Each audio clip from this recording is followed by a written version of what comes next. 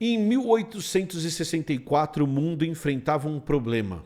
E o problema que o mundo enfrentava é que determinados produtos de origem animal e vegetal estavam ficando cada vez mais raros e, portanto, cada vez mais caros. Dentre esses produtos, um que chamava bastante atenção era o marfim. É o dente dos elefantes mesmo, porque ele tinha características de durabilidade, de leveza e de densidades que eram muito interessantes para fazer determinados produtos. Só que elefantes são limitados e caçar elefantes passou a ser um problema porque alguns grupos de elefantes estavam simplesmente desaparecendo. E a caça do marfim foi proibida. Então, em 1864, a revista Scientific American nos Estados Unidos lança um concurso. E esse concurso premiava em $10.000 quem apresentasse uma solução para o marfim, uma alternativa ao marfim. E esse concurso foi vencido por um cara que produziu o que seria o primeiro polímero que daria origem ao nosso uso de plásticos que a gente usa até hoje. Eu sou Emílio Garcia e hoje eu vou explicar para vocês, ou eu vou tentar explicar para vocês, se o plástico é o grande vilão, um dos grandes vilões que a gente tem no mundo hoje, ou se ele é a salvação que se prometeu lá em 1864, quando o plástico surge como um produto capaz de proteger os organismos da natureza, tá bom? Mas antes da gente falar de plástico propriamente dito, eu preciso lembrar para vocês que o Blabla é patrocinado pela maravilhosa Insider Store e que a Insider faz camisetas tecnológicas incríveis que duram muito tempo, que se aproveitam das características dos polímeros para, além de desamassar no corpo, além de serem fresquinhas e gostosinhas, também durarem muito tempo sem perder a cor e sem perder o formato. Então, se você quiser comprar um produto que vai durar bastante, que vale o seu investimento, não esquece que você pode comprar as camisetas da Insider usando o cupom BLABLALOGIA que está aqui embaixo ou clicando no link que está aqui embaixo. Clica agora e aproveita essa promoção, tá bom? Então, o contexto do surgimento dos plásticos e o contexto dos usos do plástico que vai crescendo exponencialmente, principalmente a partir da Segunda Guerra Mundial, é basicamente esse. Então, o que a gente vai ter é que nós, a partir do desenvolvimento de tecnologia, estamos criando substâncias e fibras, estamos construindo novas substâncias e fibras que são capazes de substituir, de resolver problemas. E uma coisa que eu sempre digo é que essas substâncias e fibras, elas têm características que são muito importantes e que são muito relevantes. Então, plásticos, e aqui eu estou falando plásticos em geral, plástico não é uma coisa só, plásticos em geral, eles são extremamente moldáveis. Você consegue pegar diferentes plásticos para diferentes funções e moldar esses plásticos das mais diferentes maneiras. Plásticos podem ser muito resistentes e tem vários tipos de resistências diferentes. Então a gente tem plástico que é resistente ao calor, tem plástico que é resistente à fricção, tem plástico que é resistente ao impacto. E outra característica muito importante dos plásticos é que eles podem ser extremamente leves, tá? Então você tem um conjunto de substâncias, não é uma substância só, você tem um conjunto de substâncias que podem ter diversos usos no que a gente conhece e no que a gente encontra na nossa vida moderna. Só que os plásticos também têm uma característica importante que é durabilidade. Então o que a gente acaba percebendo a partir do plástico, a partir desses polímeros, dessas moléculas que são produzidas, é que além de ter todas essas características benéficas que eu disse, ela também tem mais uma característica benéfica, que é a durabilidade. Plásticos duram centenas de anos sem perder forma e sem perder função.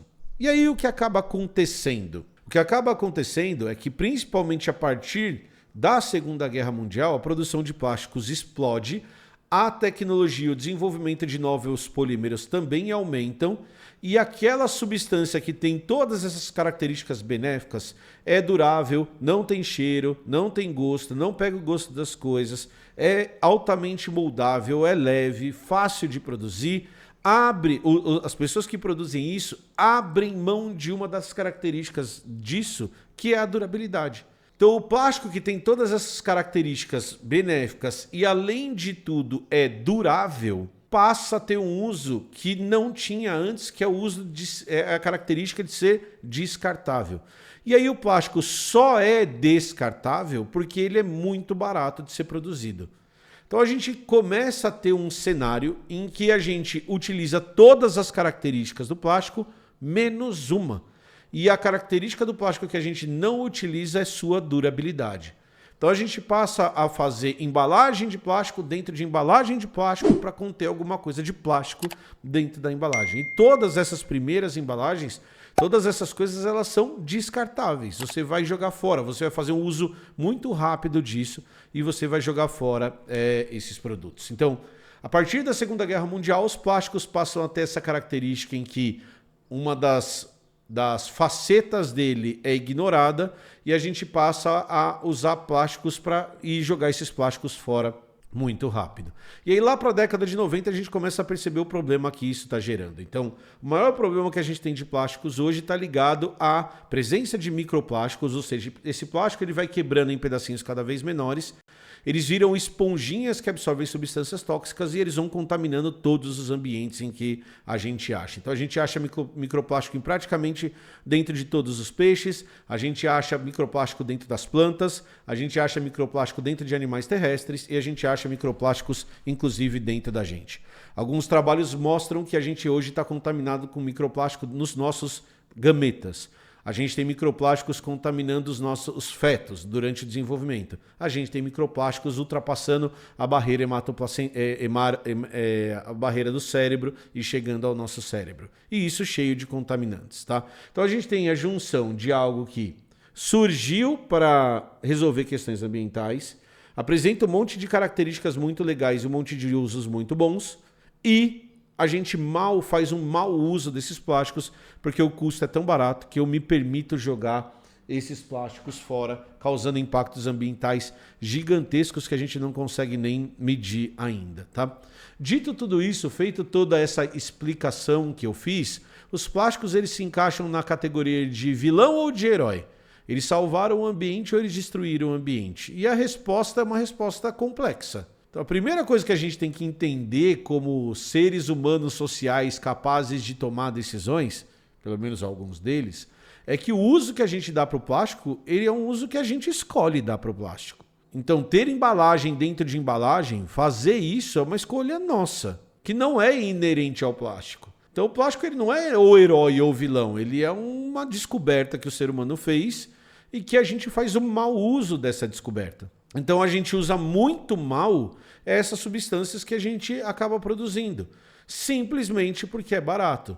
E aí aqui a gente tem que entender a lógica do mundo em que a gente vive. Ser barato, se nós somos organismos lógicos que conseguem pensar nas coisas e que conseguem tomar decisões, não deveria ser a única característica que a gente leva em consideração para fazer uma colherzinha descartável de plástico e usar em cada sorvete que eu tomo quando eu estou na rua. Então, se a lógica econômica é a lógica que pauta o uso do plástico, o problema não é um problema da substância, o problema é um problema econômico. E aí dentro dessa lógica econômica também surge um segundo problema. O segundo problema que surge é a ideia de que o mercado passou para a gente de que o plástico é reciclável. E 90% do plástico que a gente produz não é reciclável. Então a gente tem uma substância que tem um conjunto de substâncias, porque plástico é uma definição genérica para um conjunto de polímeros, que tem características que são muito importantes e que tem muitos usos muito interessantes no mundo que a gente vive. Ao mesmo tempo que isso acontece, a gente faz o pior uso possível dessas substâncias, simplesmente porque é economicamente viável. Então, o problema nunca está no plástico. Do mesmo jeito que quando eu falo aqui no Blá Blá que o problema não está no carro, ele não está no carro. O problema não é o carro, o problema é transporte. Então, como que eu resolvo o problema de transporte? Não é com carro. O problema dos microplásticos não está no plástico, está no uso do plástico e no que o plástico tenta resolver. Então, enquanto eu estou levando meramente em consideração a característica econômica para determinar se o plástico vai ou não ser usado para alguma coisa, eu estou fazendo a pior decisão possível para o uso daquela substância. Então, a gente deveria banir plástico das nossas vidas? Na minha opinião, não. A gente só deveria fazer o uso mais consciente desse tipo de substância. E esse uso muito provavelmente está ligado a gente abandonar a lógica econômica e partir para uma lógica mais social, ambiental e de uso daquilo a longo prazo, aproveitando essa característica que o plástico tem. Tá bom? Era isso que eu tinha para falar para vocês hoje. Espero que vocês tenham gostado do vídeo. Não esquece de deixar seu like, de se inscrever no canal e deixe o seu comentário aqui embaixo. Falou, valeu e tchau!